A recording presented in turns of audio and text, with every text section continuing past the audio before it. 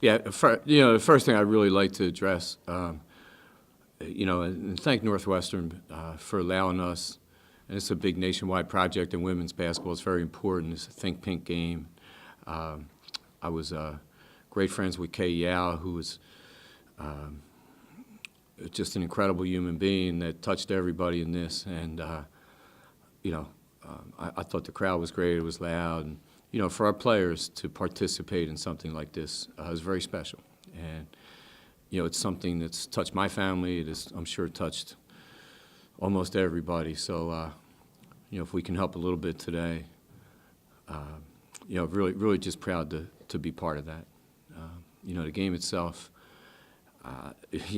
was kept you on your edge. We had opportunities, I think, to really open the game up, and missed some shots, or Illinois made some big plays too, offensive rebounds. Whittinger and Beardsley. It's like they were trying to play. They were playing 2-on-2 for a while, and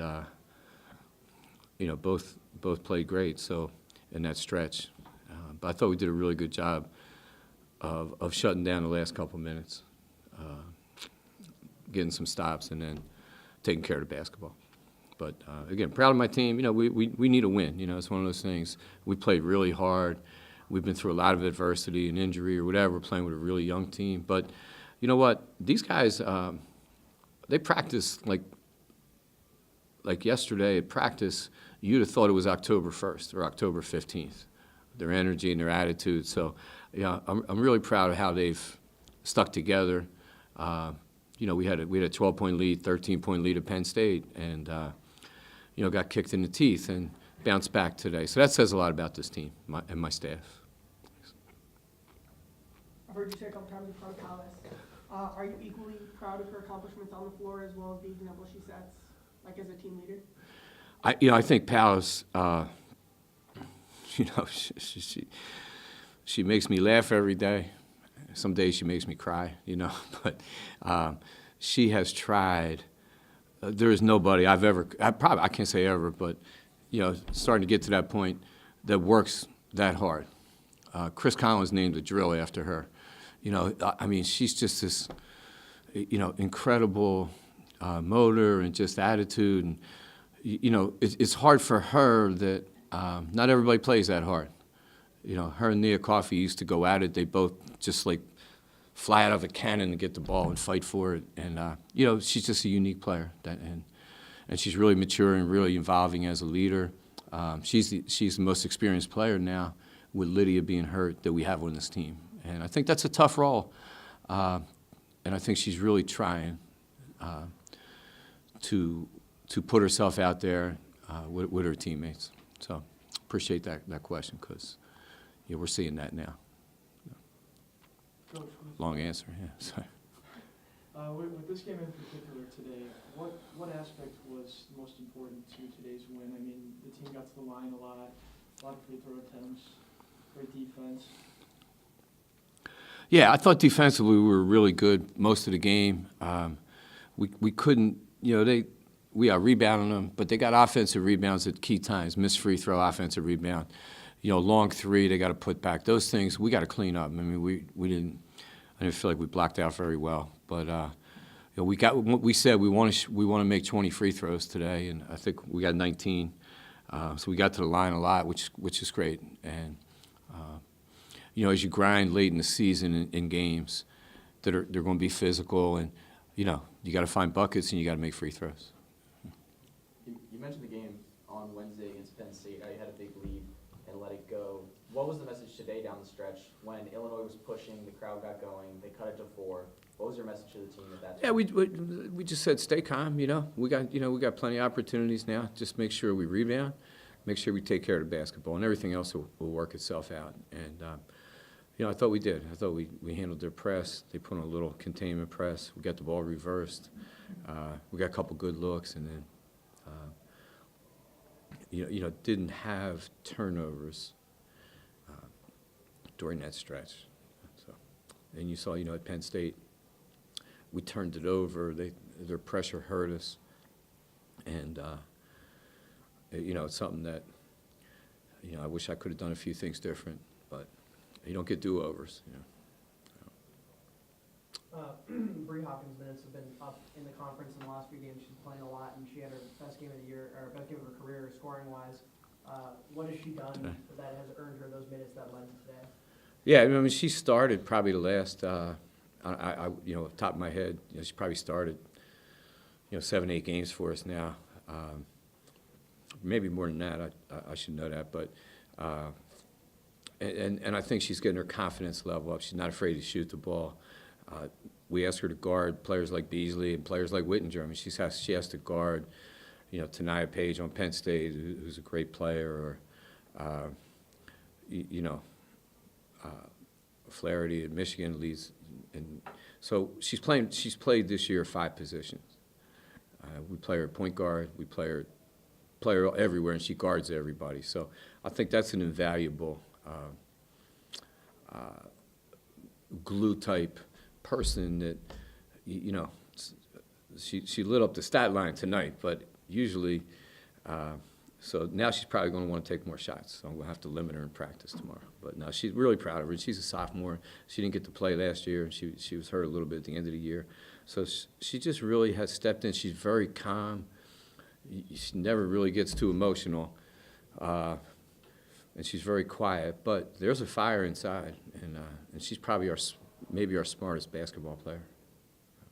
With 4 players in double figures, Jordan Hamilton had 8. She also had 9 assists. What can you say about sort of the team play tonight, how you spread it around, what those contributions meant? Yeah, if you told me, you know, that Jordan and Lindsay would go 2 for 18, I'd be like, ooh, that's not good.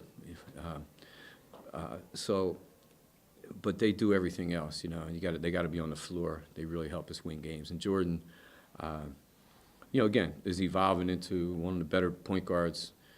And it's not even her natural position at times in the Big Ten. And she's a freshman, and she does things. Some days you're like, you're better than that. And other days, you know, she'll go out and get 24 at Michigan or have 24 against Wisconsin, hit 5 threes or something like that. So, you know, it's a great learning curve, especially for her and Lindsay, who are getting all this baptism by fire. So, you know, we changed some things up today, you know, where I wore glasses, you know. Thought that might help. I thought our scouting report we did on our team and not Illinois. So we changed it up. And I think our players responded to that. So, you know, that's what you're looking for this time of year. I was giving you, like, the inside scoop, you know. When does that baptism by fire, like, stop? You know what I mean? I don't know. I'm not John the Baptist, but I will tell you that it really, you know, I always say in college basketball you have 3 seasons. I've been fortunate enough to be part of all 3. You know, your non-conference, where you're learning, you're playing, you're trying to learn your teammates, and you're playing against. I mean, when you're a freshman starting on the road, you know, in tough environments, like at Syracuse, you know, against a really good team. Those 2 showed up like it was a third AAU game of the day, you know, just played. And your second season is your conference season, and I think, you know, there's a length to that. When you're playing that many minutes, you're practicing that much, that you get beat up. You know, in our league's a physical league, so I think, you know, they both had some injuries, missed some games. In Jordan's case, Lindsay's, but so they're just grinding through this, but they're refreshing because they just, like, they don't know any better, so they just play. And then that third season is postseason, and you know, I think both of them are ready. You know, I always say that's a postgraduate time, so they'll be sophomores March 1st. You know, you got to understand McKeown math is different. It's very different. But yeah, that baptism by fire. I think when we get into next year, and you know, knock on wood, we're healthy and we get all, you know, our roster size back. I think they'll be much better because they're playing too many minutes now. Lindsey Pulliam leads the Big Ten in minutes played. I thought I saw something the other day, and that's not. You don't want to win that stat. You want to lead the league in scoring. That's fine, and she wants to do that.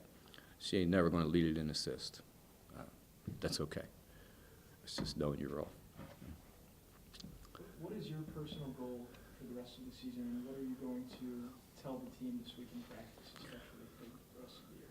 You know, I think today really helped them. You know, it gives us a forum, too, as a coaching staff, you know, just to be able to approach this week.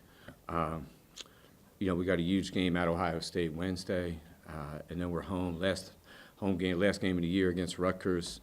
You know, so we're playing 2 top 20 teams this week. And but we've been fearless as far as our approach. I think it's more about us rather than, you know, you're at Ohio State or you're at Michigan or you're playing Iowa. I mean, our league is really strong this year. I think you're going to see 6, 7, 8 teams maybe in the NCAA tournament. And then I think, you know, like I said today to them, after next Sunday, everybody's 0-0, you know, and it's the most fun time in college basketball, and I want them to enjoy that, you know, Big Ten tournament. And you know, 2 years ago, you know, we played 4 days in a row, you know, got to the semifinals back to back. So you got to dream a little bit, and you know, I think you know, this got to be fun. It's a game. You can't be, because we've gotten beat. It can't just be drill, and we can't do this and we can't do that. So I think our approach is going to be positive, and let's keep teaching and let's get better, you know, and let's do some damage.